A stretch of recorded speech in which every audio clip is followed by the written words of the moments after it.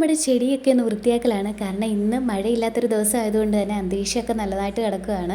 അപ്പോൾ ആ സമയത്ത് നമുക്ക് നമ്മുടെ ചെടിയുടെ ഇടയൊക്കെ ഒന്ന് വൃത്തിയാക്കാമെന്ന് കരുതി. തോരാതെ പെയ്തുകൊണ്ടിരിക്കുന്ന മഴ ആയതുകൊണ്ട് ചെടി മാത്രമല്ല കിളിച്ചത്, അതിനിടയിൽ മൊത്തം നന്നായിട്ട് പോച്ചയൊക്കെ കിളിച്ചിട്ടുണ്ട്. നമുക്ക് കൂടുതൽ ഇലച്ചെടികളാണ് ഉള്ളത്. കാരണം ഇലച്ചെടികളാണ് ഞങ്ങൾക്ക് കൂടുതൽ ഇഷ്ടം.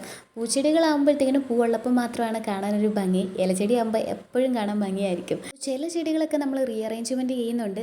ഇവിടെ ചില ചെടികളുടെ ഇലയൊക്കെ നന്നായിട്ട് അഴുകിയിട്ടുണ്ട്. അപ്പോൾ നമ്മൾ അതൊക്കെ ഒന്ന് പറിച്ച് മാറ്റിയതിന് ശേഷം ചെടിച്ചട്ടി ഒന്ന് കഴുകുന്നുണ്ട്. പക്ഷേ ഇവിടെ നമ്മൾ ചെടിച്ചട്ടി കഴുകിയിട്ടും വലിയ കാര്യമില്ല. അടുത്ത മഴയ്ക്ക് മണ്ണ് പ്രദേശം ആയതുകൊണ്ട് പെട്ടെന്ന് തന്നെ ചെടിച്ചട്ടിയിലോട്ട് മണ്ണടിച്ച് കയറും. അപ്പോൾ നമ്മൾ ചെടിയുടെ ഇടയിൽ കിടന്ന കരിയിലയും പോച്ചയൊക്കെ പറിച്ചു മാറ്റുകയാണ്.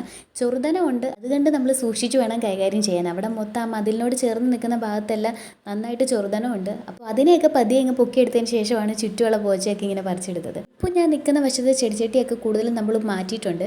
കാരണം നേരത്തെ അവിടെ വലിയ മരങ്ങളൊക്കെ ആയതുകൊണ്ട് അവിടോട്ട് നമുക്ക് വെയിൽ കിട്ടാത്തതുകൊണ്ട് ചെടിയൊക്കെ നന്നായിട്ട് വളരുന്നില്ലായിരുന്നു. അപ്പോൾ അവിടുന്ന് കുറച്ച് ചെടിയൊക്കെ എടുത്ത് ഞങ്ങൾ അപ്പുറത്തോട്ട് മാറ്റിയിട്ടുണ്ട്. പക്ഷേ ഇപ്പോൾ നമ്മുടെ അവിടുത്തെ ശാഖ, അതായത് മരവും ശാഖയൊക്കെ വെട്ടിയുണ്ട്, നല്ല വെയിലുണ്ട്. ഇനി നമുക്ക് അവിടോട്ടും കൂടി കുറച്ച് ചെടി വെക്കണം. അങ്ങനെ ഞാൻ അവിടെ ഇവിടെയൊക്കെ ആയിട്ട് ഇങ്ങനെ അറേഞ്ച് ചെയ്ത് വെച്ചു. നമ്മുടെ കിണറിൻ്റെ ചുറ്റും കൂടി ഇങ്ങനെ വെച്ചു. അതാകുമ്പോൾ നമ്മൾ വാതിലിൻ്റെ അവിടെ നിന്ന് ഇങ്ങനെ ഇറങ്ങി വരുമ്പോഴത്തേക്കിനും കാണാൻ വേണ്ടി പറ്റുമല്ലോ രാവിലെ.